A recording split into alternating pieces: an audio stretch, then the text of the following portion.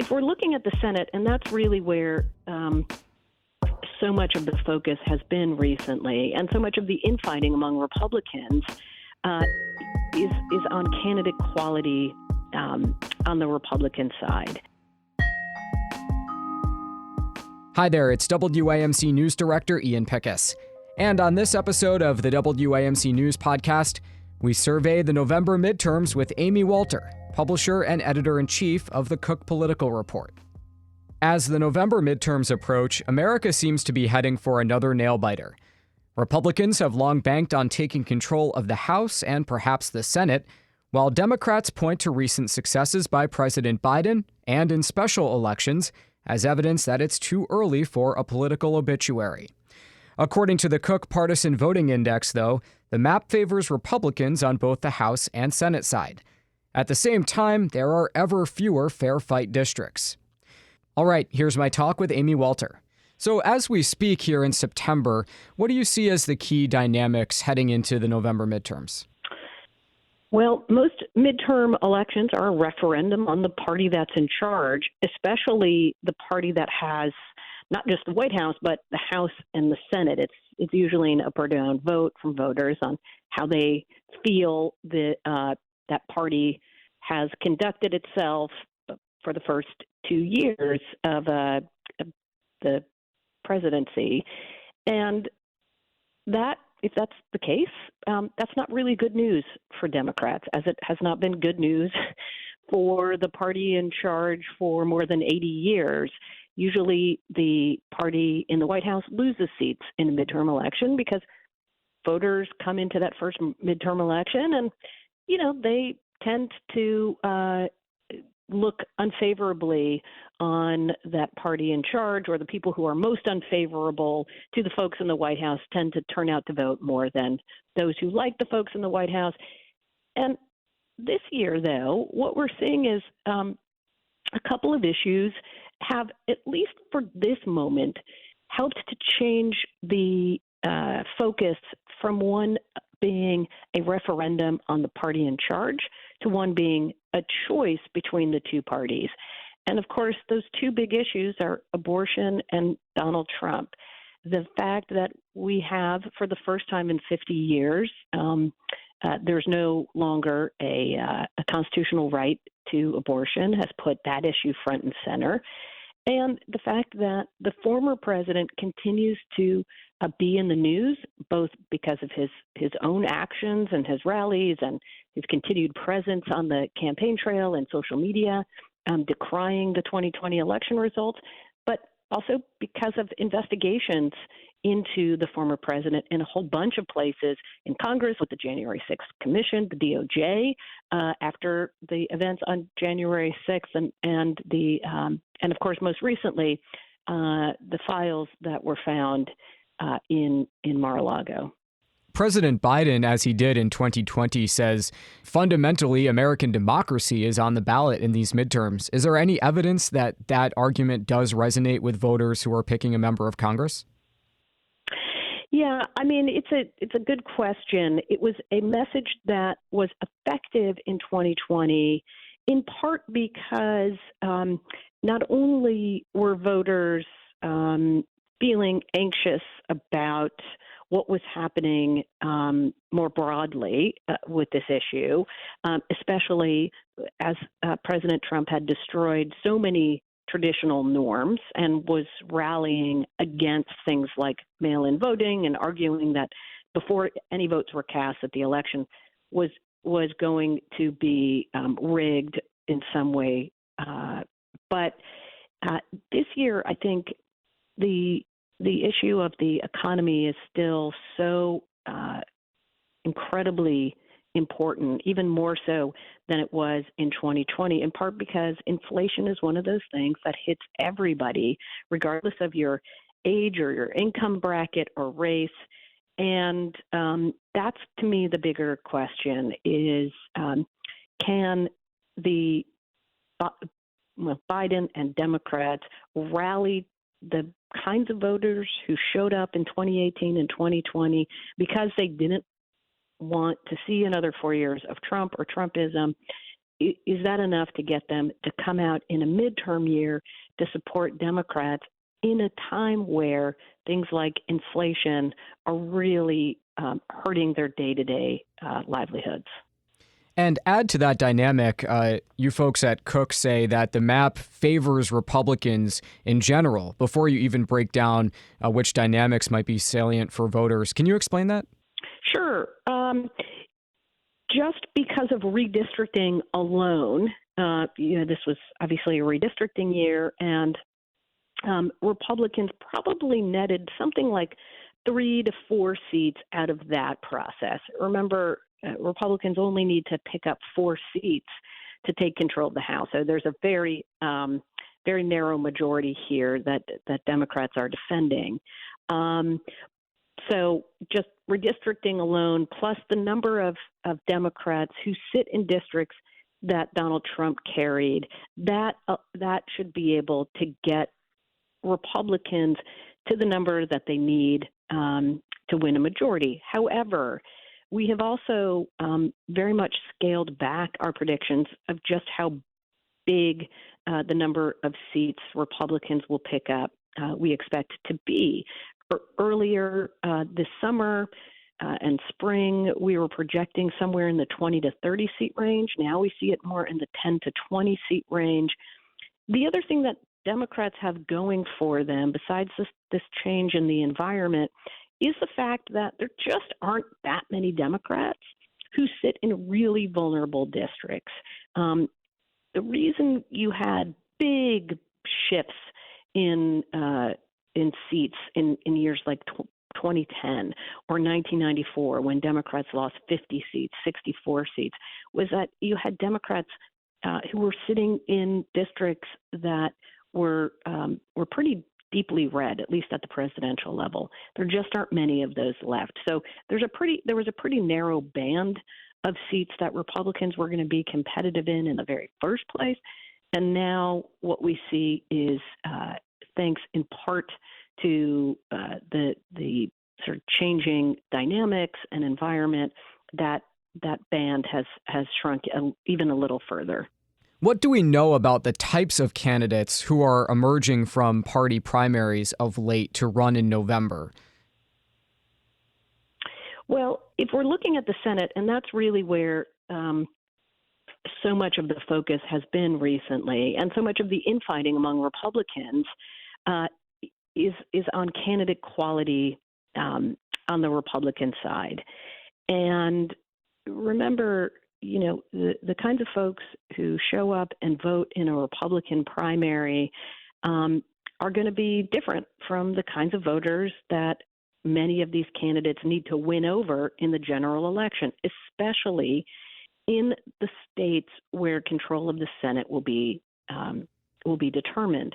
So these swing states like Arizona and Georgia, Pennsylvania, Nevada, New Hampshire, what we're seeing again on the Senate side is in every single case, the candidate who either was endorsed by Trump or who took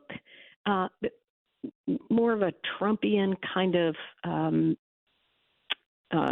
agenda profile has been successful in every single one of these competitive primaries. Now, remember, these are states that I was just talking about, the Georgia, Arizona, et cetera. These are states that Trump lost last time.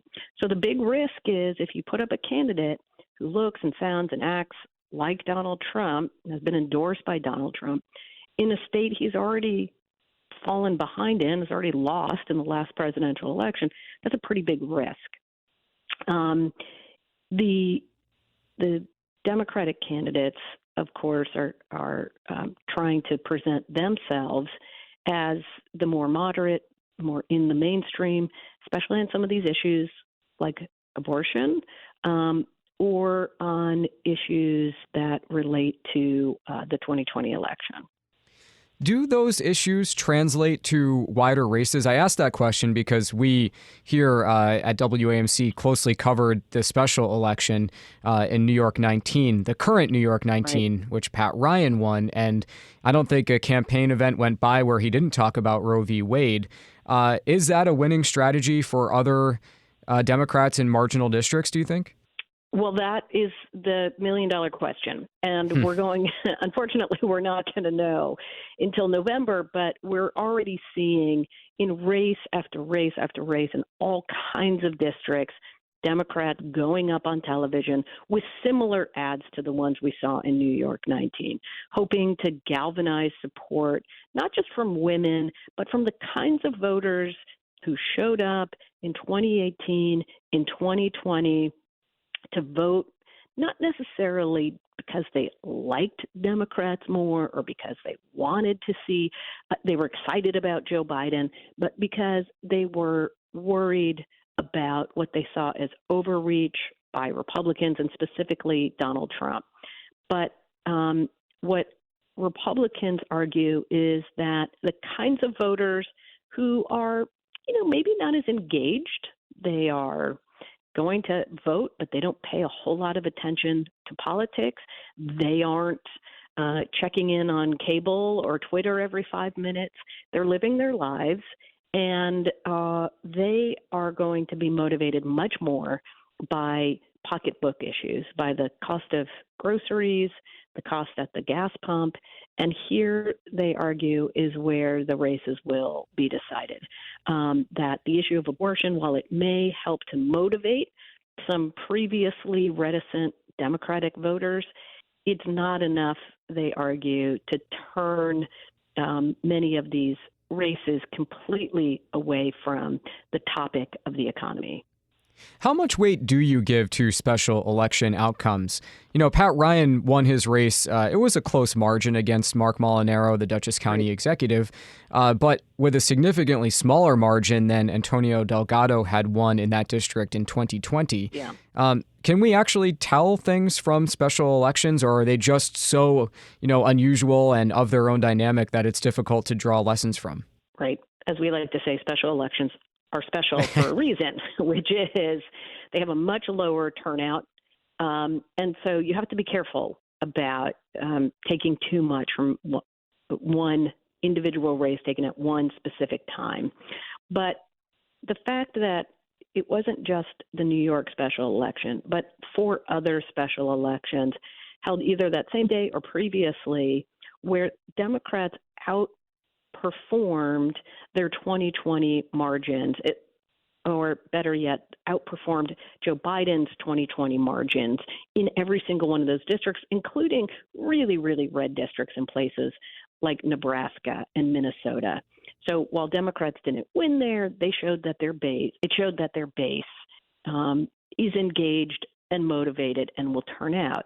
So again, the big question is, well, what happens when the sort of more normal turnout happens in the fall, where Democratic voters who are motivated, they'll show up and they'll continue to vote for the Democrat, but you're going to have a whole lot of other people show up too who, maybe they just weren't paying much attention to a special election. Maybe they don't show up in any race that isn't in November. They don't vote in primaries, but they show up for the general election.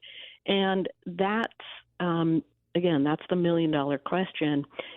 If you're a Republican, you have to be feeling somewhat better about the fact that your voters, the voters who are in so many of these districts, in these rural or small town areas, who maybe didn't show up in the special, like we saw in New York, you had turnout was much higher in the more Democratic areas of that district.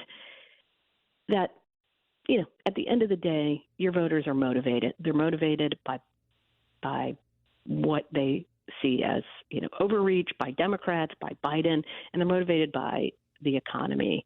And again, that's the hope for Republicans. But I think, the way one Democratic strategist said it to me the other day is, what's really changed is that the environment went from being somewhat hopeless for Democrats back in, April, May, to being competitive.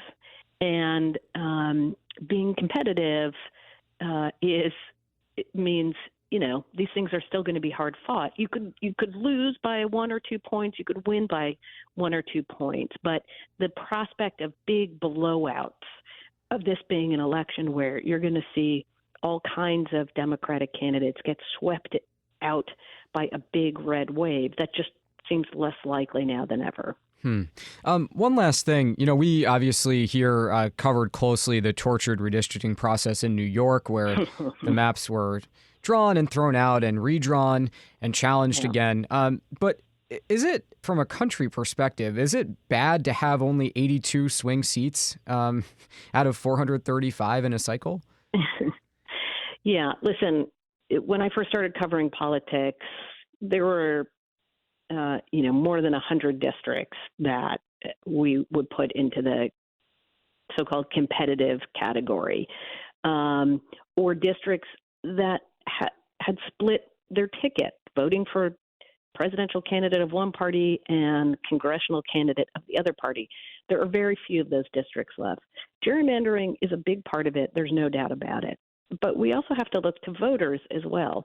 Fewer and fewer of them are splitting their tickets, in part because they see every single race, whether it's for Congress or even the at the county level, as sort of an existential kind of situation, that if the party that is not yours wins, your fear of what could happen is really high, right? So that every one of these elections feels less like you're choosing between candidates and more like you're choosing between two very different views of what America should look like and what America's values should be.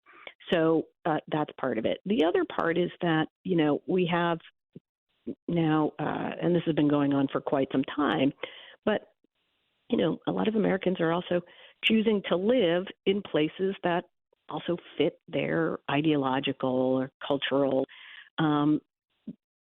opinions and way of life. And so for many Democratic voters, they that are living in and around urban and inner suburban areas or college towns, they are overrepresented there. And if they were better, if they were spread out a little more efficiently, you could see more competitive races. So it's a little bit of both. We can't completely blame gerrymandering, though it's a big piece of it. There are so many other factors that go into this.